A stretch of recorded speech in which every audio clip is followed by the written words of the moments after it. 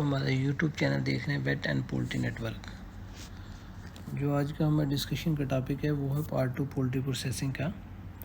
कि लास्ट हमने देखा था कि फीड विड्रॉल ब्रायलर हाउस में और फिर transportation of the bird from broiler to poultry processing plant. तो आज हम उसके ट्रांसपोर्टेशन के बाद इसकी होती है नेक्स्ट स्टेप है unloading of the birds.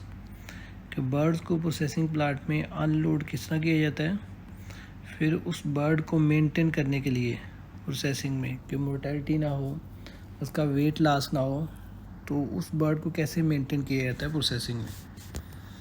So unloading दो तरह की होती है, एक मैनुअल होती है और कुछ एडवांस प्लांट में जो है ना ऑटोमेटिक अनलोडिंग डॉक मौजूद होते हैं। तो वो का जो केजेस हैं वो ऑटोमेटिकली जो ना कन्वेयर में शिफ्ट हो जाते हैं ऑटोमेटिक। तो जो मैनुअल है उसको फोर्क लिफ्ट वगैरह यूज़ करके उन केजेस को जो कन्वेयर है वहाँ पे उसको लोड किया जाता है। और एक आपने जब अनलोडिंग करनी है तो इस बात को आपने एक माइंड में रखना है, क्योंकि अगर हार्ट सीज़न में स्पेशली कि जब आपने उसको होल्डिंग पीरियड देना है 2 to 4 आवर्स, तो उसके लिए लाजमी है कि आपने उसके स्पेस का ख्याल रखना है। जब आपने केजेस अरेंज करने हैं होल्डिंग एरिया में तो आपने एक स्पेस का उसमें ख्याल रखना है कि उसके एडुकेट स्पेस हो ताकि उससे प्रॉपर वेंटिलेशन, वहाँ से प्रॉपर वेंटिलेशन जो है ना हवा गुज़र सके और बर्ड को जो कोल्ड एयर है तो वो बर्ड को उसको टेम्परेचर रिड्यूस हो और एरिया कोल्ड होना चाहिए।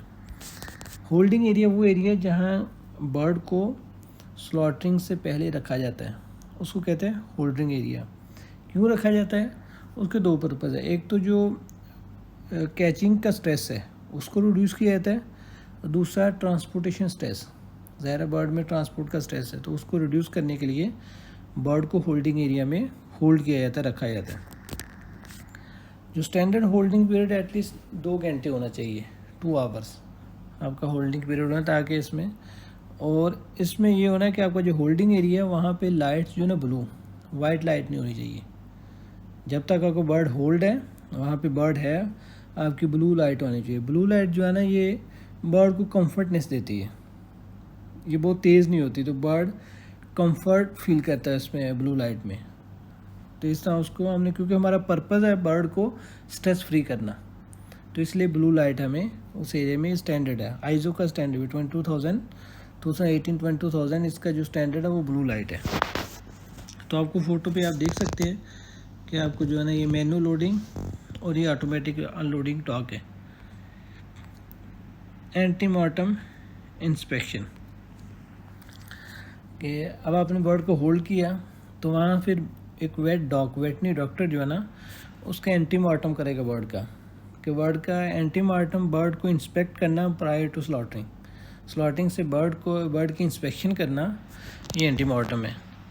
तो एंटीमॉर्टम का पर्पज़ क्या है कि एक तो बर्ड को स्क्रीन आउट करना होता है कि किसी भी सस्पेक्टेड डिजीज़ या injured animal prior to slaughtering, कि आपने बर्ड देखना है कि कोई बर्ड इंजर्ड तो नहीं है, तो ये एनिमल वेलफेयर इशू में आता है।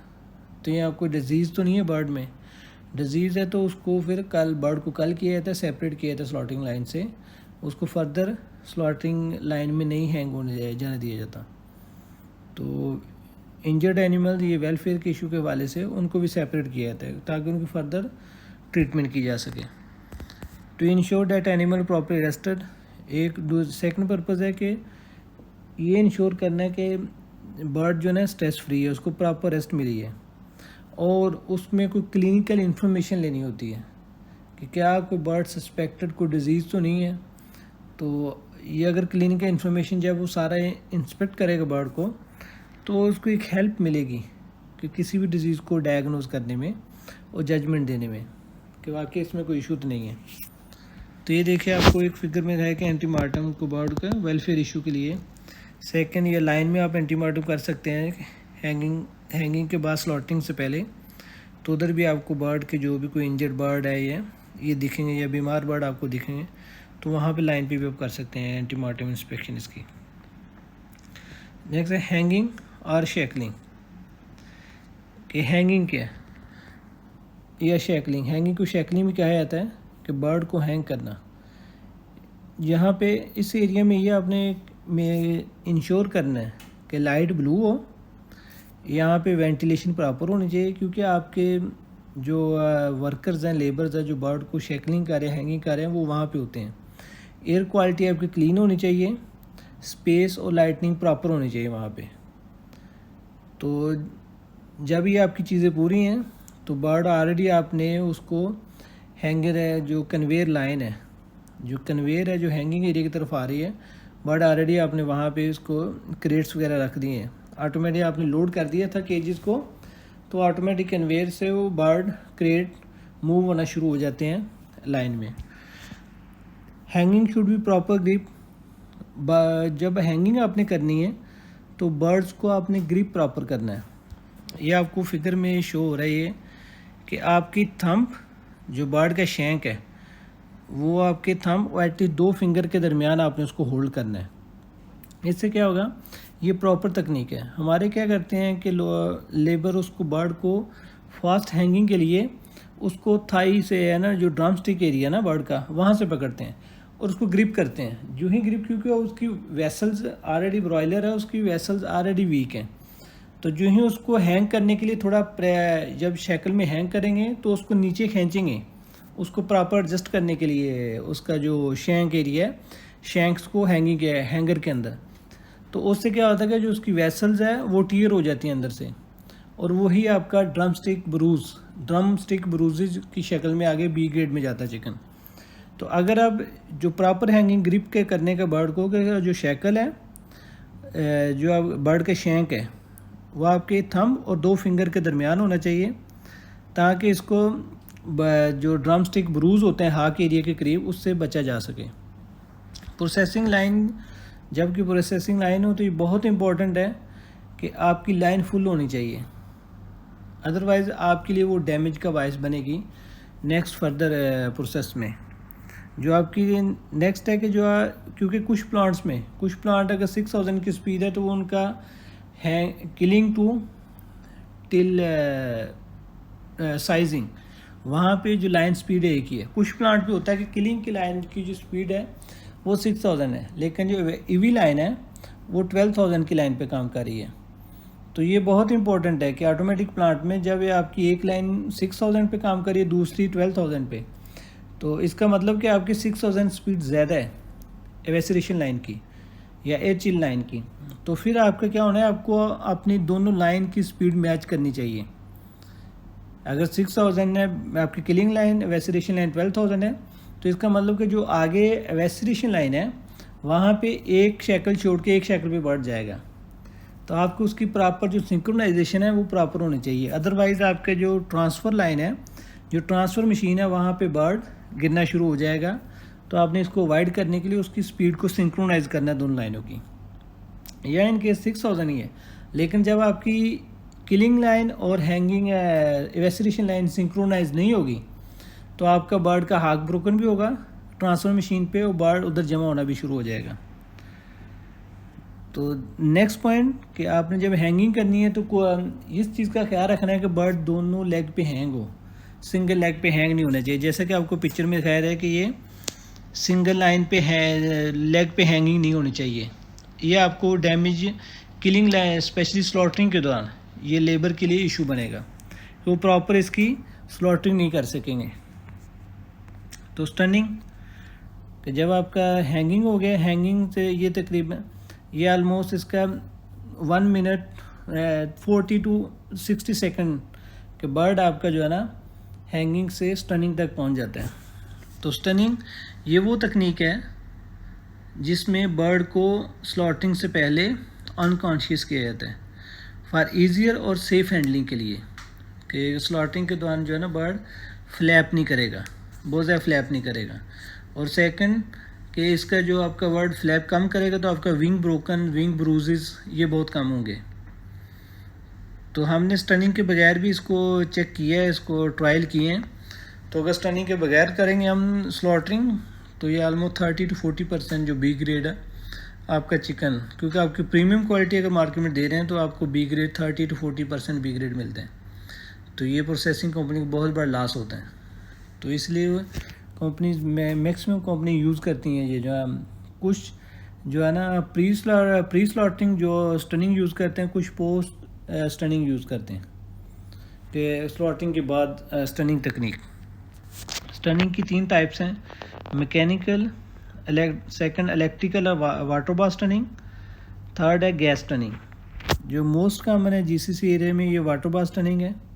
तो इसमें स्पेशली जो लिंको के जो वाटर बाथ स्टनर है, it's a very efficient and very good, कि उसकी जो प्रॉपर स्टनिंग है उसकी, क्योंकि हमने इसमें बहुत सारे ट्रायल किए हैं। इसमें हमने बर्ड को ट्रायल किया कि बाद आफ्टर 40 सेकंड बर्ड जो ना अपनी आई ब्लिंक करना शुरू कर देते हैं। हमने ट्रायल इसलिए किए थे कि बर्ड डेड तो नहीं हो रहा कहीं आपकी एडजस्टमेंट पे, जो आपका एम्पेयर गुजर है या जो वोल्ट आपने दिए हुए हैं, ये आपका स्टनर टाइम है। तो after 40 second bird start blinking eye, तो it's a very good quality. तो इसमें क्या है, स्टनिंग में क्या है, तो वाटर बाथ स्टनिंग में जो बर्ड का हेड है उसको ड्रैग किया जाता है पानी में से, जिसमें ब्राइन सोल्यूशन नमक मिक्स होता है, या ब्राइन सोल्यूशन उसमें आप नमक डाल सकते हैं कि proper conductivity, equal distribution of the current. अब उसमें कुछ नमक डालें स्टनर में तो उससे जो कंडक्टिविटी बढ़ेगी और जो इलेक्ट्रिकल करंट है वो प्रॉपर डिस्ट्रीब्यूट होगा आपके स्टनर के अंदर। तो इसमें जो वोल्ट है वो आपका 35 से ज़्यादा नहीं होना चाहिए, और ampere 0.3 ampere for 2 to 10 second.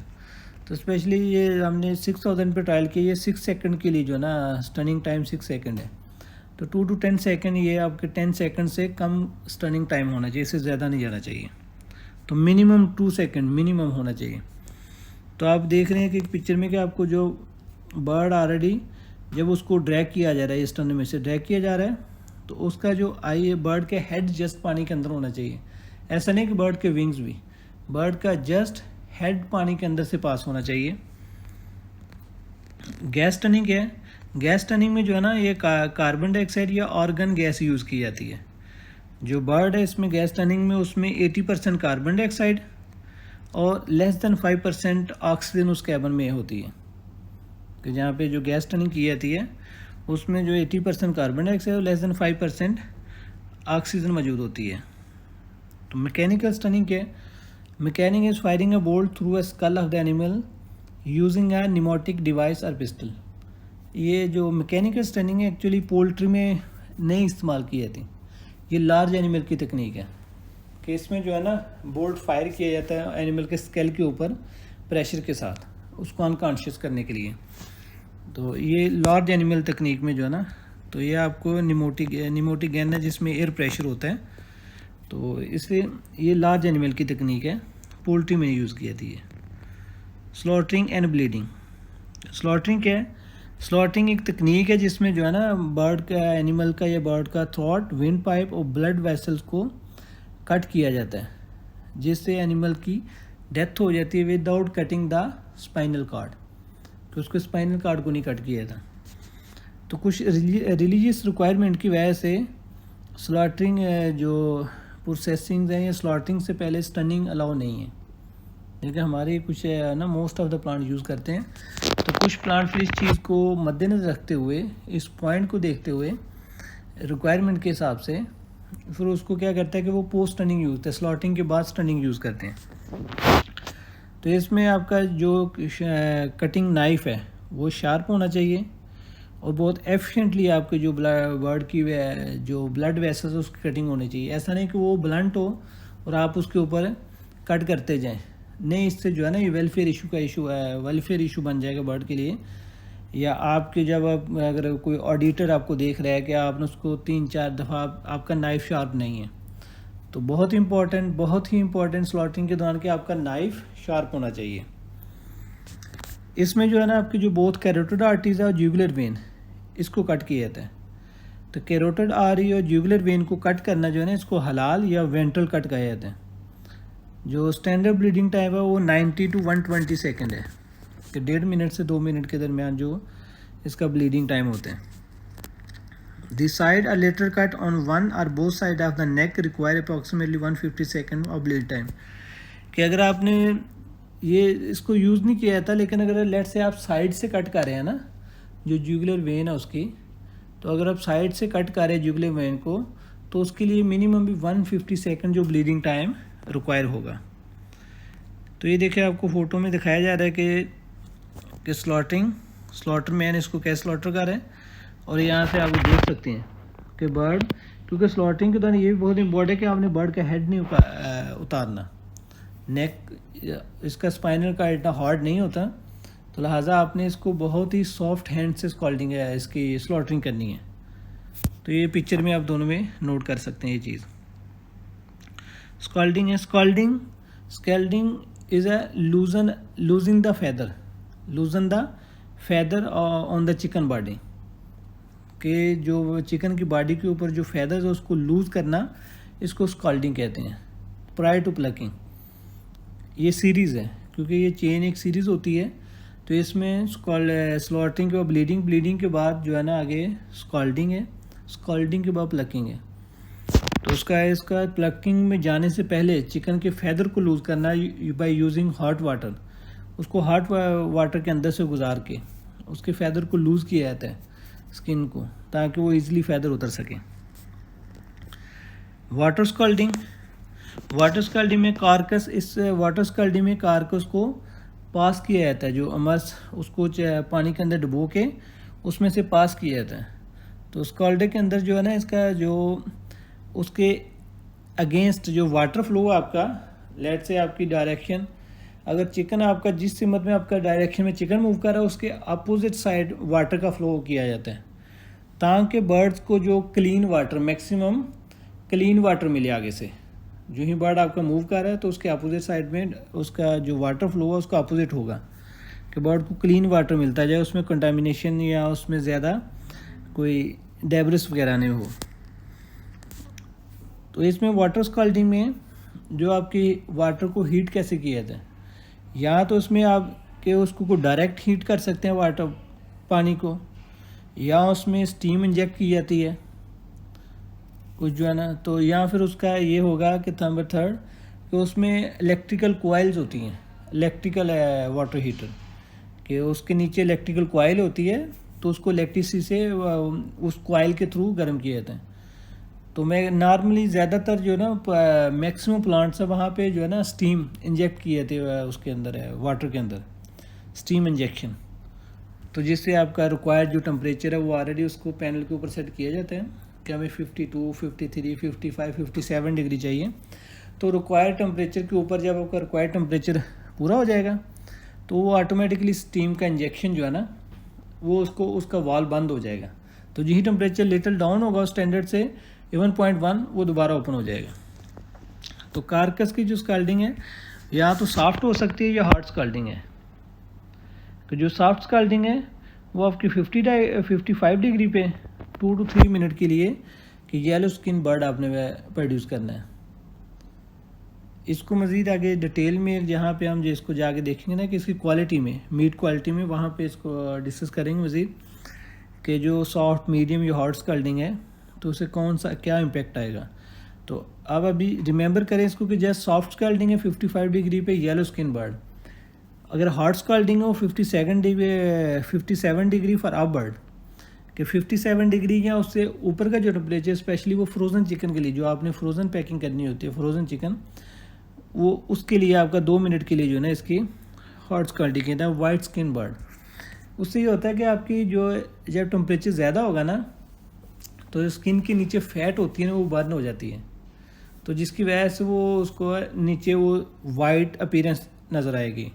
लेकिन है कि जब आपका 55 या 54 डिग्री टेम्परेचर है तो उससे जस्ट उसकी जो अंडर स्किन के अंडर जो फैट है, स्किन के नीचे जो फैट है वो बर्न नहीं होगी, इसलिए वो बर्ड येलो कलर में दिखाई देगा। तो स्पेशली जो ये भी एक चॉइस होती है लोगों की कि कस्टमर की चॉइस के मुताबिक देखा जाता है कि कस्टमर की रिक्वायरमेंट क्या है। कुछ लोग येलो स्किन बर्ड पसंद करते हैं, कुछ वाइट स्किन बर्ड पसंद करते हैं।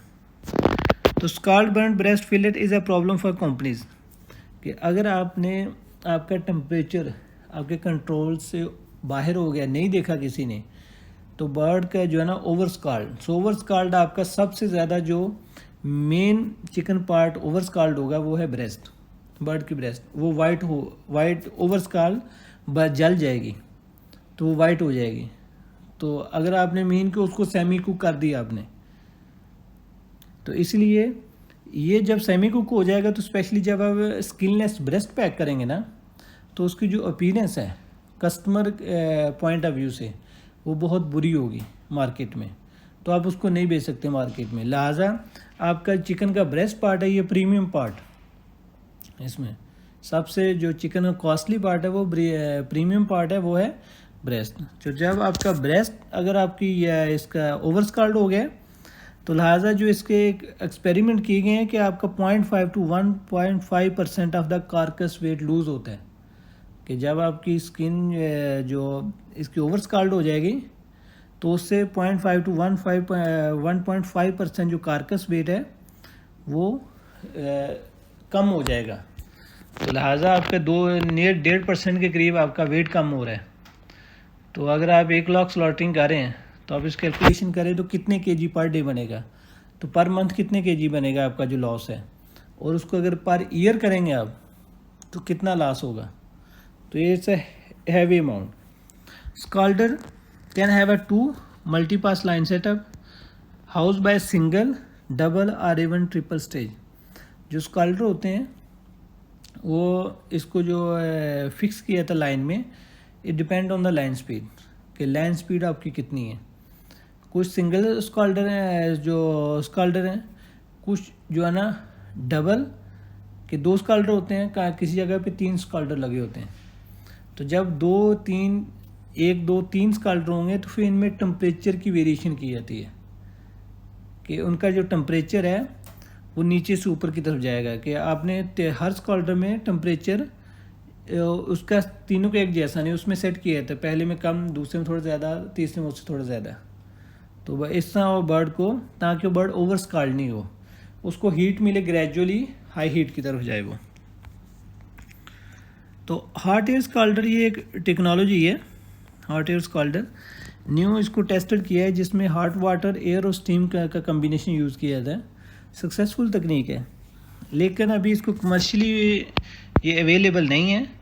तो जो इसमें एक्सपेरिमेंट किए जा रहे हैं फ्यूचर के लिए, कि माइक्रोवेव एनर्जी स्काल्डिंग, मतलब है इनका ये माइक्रोवेव एनर्जी स्काल्डिंग का भी है ना फ्यूचर इनका प्लान है ट्रायल का, कि हाँ माइक्रोवेव जो एनर्जी स्काल्डिंग है हम वो स्काल्डर यूज़ करें। तो इसका जो फ़ायदा सबसे ज़्यादा हॉट एयर स्काल्डिंग का, इसका ये फ़ायदा कि एक तो आपका वाटर कंजप्शन कम होगा, क्योंकि वाटर स्काल्डिंग में वाटर बहुत ज़्यादा यूज़ होता है, क्योंकि आपको उसके लिए कंटिन्यूस फ्लो भी चाहिए, वाटर के लिए कंटिन्यूस ओवरफ्लो भी चाहिए, ताकि उसमें जो डेब्रिस है वो ऐसा ऐसा निकलते जाए और वाटर का टेम्परेचर मेंटेन रहे, क्योंकि आपने कंटिन्यूसली उसको वाटर इंजेक्ट करना होता है कंटिन्यूसली स्काल्डर में। तो हॉट एयर स्काल्डिंग अगर ये टेक्नोलॉजी कामयाब होती है, सक्सेसफुल रहती है कमर्शियली भी, तो एक तो आपका वाटर कंजप्शन कम होगी, एनर्जी सेव होगी, और सबसे बड़ा क्रॉस कंटेमिनेशन नहीं होगी, क्योंकि आपका वाटर स्काल्डर में जो बर्ड है वो पास हो रहा है हॉट वाटर से, सारा बर्ड, तो उसके अंदर फीकल मटेरियल भी है, सब कुछ फैदर्स भी हैं। तो लेकिन इसमें जस्ट स्प्रे होगा वाटर का, तो सिंगल चिकन पास हो रहा है, लाइन से सिंगल चिकन पास हो रहा है, स्टीम है और एयर है। तो इससे जो मेन बेनिफिट होगा वो है क्रॉस कंटेमिनेशन भी आपकी बहुत कम हो जाएगी। तो स्काल्ड ब्रांड फिलेट आप देख सकते हैं कि जो नॉर्मल कलर है ब्रेस्ट फिलेट का वो ब्राइट कलर होता है, ये ब्राइट कलर, लेकिन है कि जो बर्न फिलेट है जो ओवर स्काल्ड है वो ये है। तो इसमें हम बात कर रहे हैं कि ये अगर आपका ये इतना ओवर स्काल्ड हो जाए तो आपको डेली का प्लांट 1.5% तक आपको लॉस हो सकता है वेट का। तो ये हॉट एयर टेक्नोलॉजी है जो स्काल्डर है, इसका एक्सपेरिमेंट किए गए, लेकिन है कि है ना ये इसमें कमर्शियली अभी तक नहीं है। तो ये वाटर स्काल्डर आप देख सकते हैं कि वर्ड पास हो रहा है वाटर स्काल्डर से। थैंक यू सो मच, आज के लिए इतना ही। अपना ख्याल रखिएगा, अपने चैनल का भी। अल्लाह हाफिज़।